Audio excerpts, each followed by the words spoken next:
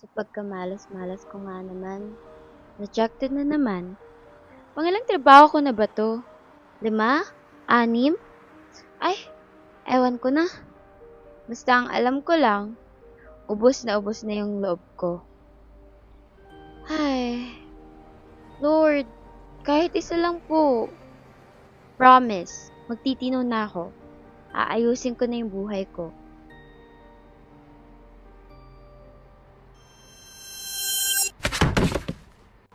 Ay, What the hell? hoy ano ba? Ikaw pa talaga may ganang magalit? Tingnan mo yung damit ko. Bagong laba kaya to. Hindi ka ba tumitingin sa dinadaanan mo? Excuse me? Ikaw yung biglang huminto sa middle. And you spilled my coffee. Ay wow, so kasalanan ko pa ngayon? Kung hindi ka sana nakatutok dyan sa cellphone mo, edi sana hindi mo ako nabangga, di ba?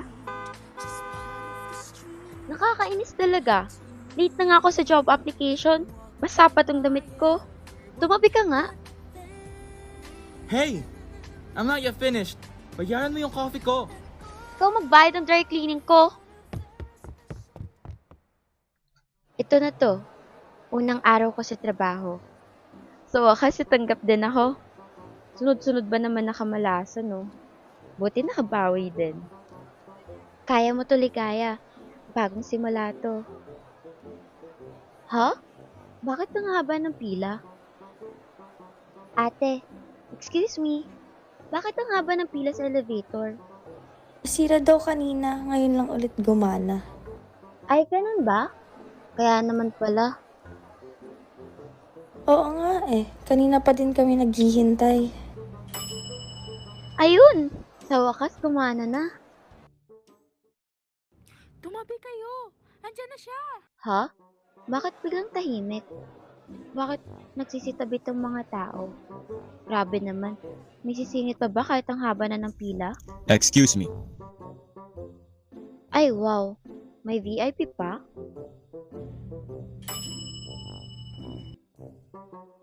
Ikaw? Ate, pwede ba huwag kami ingay? Ay, sorry po. Ano ba yan? Ito na naman tong lalaking to. Dito pala siya nagtatrabaho. Lakas ng loob sumingit Feeling importante. Ang yabang. Akala mo kung sino. Nakakainis talaga tong mga taong feeling superior, no? Kung di dahil sa kanya, di sana ako malilate.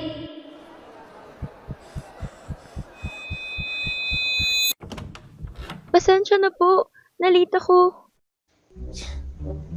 Anyway, so as I was saying a while back, Ano? Itong lalaki na to yung boss ko?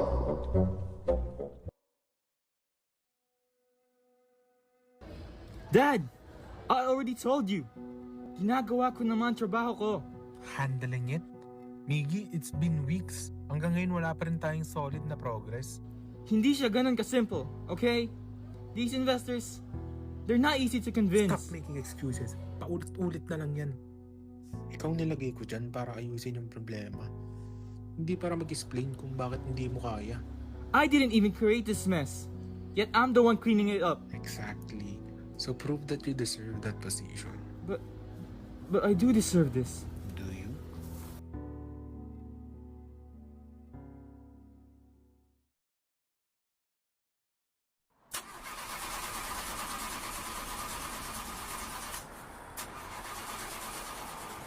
Pasensya na, ma'am.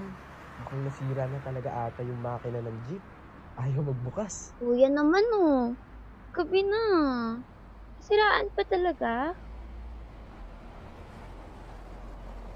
Ang bihira talagang buhay to. Lord naman. Kita mo naman pagod na pagod ako ngayon eh. Ay, kabayo! Ha?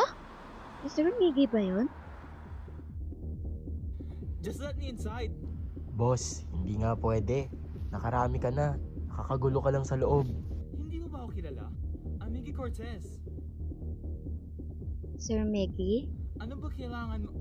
Oh. Ligaya, right? Grabe. Parang galing. Ito ba yung boss ko kanina? O ano? Do you have a problem? Sir, wala po kayong kausap. Hay nako, nakakahiya to.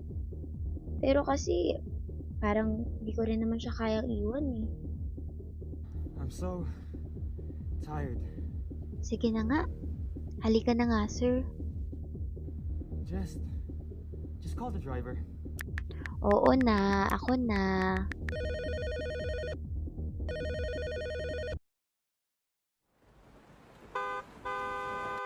Ligaya! Get in! It's raining hard. Okay lang po ako. Okay ka? You're literally soaked. Sanay na po ako sir. Why are you always like this? Why do you keep ignoring me? Kasi hindi kita maintindihan. What? Puro ka English ng English. Paano kita maintindihan? Isa pa, alam ko namang trip mo ko. Huh? Sa ganda hong to? Malamang. Pero sorry, hindi kita type. Gusto ko yung marunong manligaw. Yung marunong maging Pilipino. Excuse me? Paano ba naman kasi ikaw parang pati panliligaw hindi mo alam.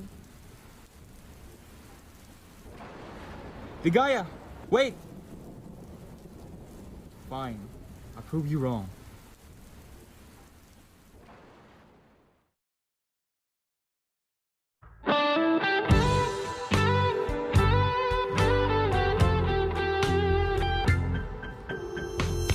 Hey, Ligaya.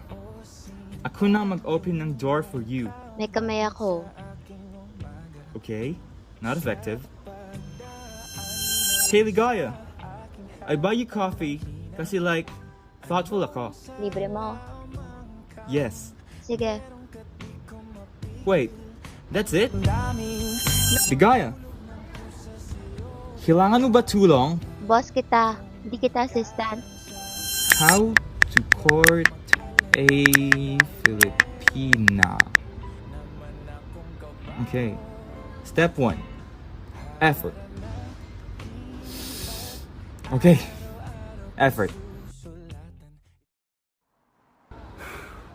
Okay. Tagalog. Pure Tagalog. Kaya mo to. Adik sa'yo. Awit sa akin. Nilang sayaw na sa'king mga kwentong marathon. Tungkol sa'yo. Meggy? Ano to? Harana. Kasi sabi mo, hindi ako marunong manligaw. Meggy? Gabi na. Umuwi ka na. Heist, Lola. Gulong-gulo na ako. Naaalala ko tuloy payo mo. Ligaya, tandaan mo to ha. Kung mahanap ka ng katulad ng lolo mo, sa dami ng nanligaw na kano sa akin noon, si lolo mo lang yung naramdaman kong araw-araw akong pinipili, minamahal. Pumili ka ng lalaking marunong magmahal, yung hindi lang salita, kundi gawa. At sana Pilipino rin, yung marunong sa puso mo, sa pagmamahal na alam mo. Good morning, Ligaya. Morning. Kumain ka na ba? Kasi important ang pagkain or, you know, katawan mo. Ligaya, I don't know it all. Hindi ako perfect. Lalo na sa panliligaw. But, willing ako matuto, right? Just for you. You know, it's been months of me courting you. I'm not rushing you or what, pero I just want you to know na nandito ako palagi. To help you, to be by your side, especially when you need me to. Meggy, hindi ko alam kung paano ko sasabihin nang hindi ka masasaktan, pero naisip ko tayo, parang wala akong makita eh. Wala akong nararamdaman na sigurado. Parang hindi kita nakikita sa mga susunod kong araw.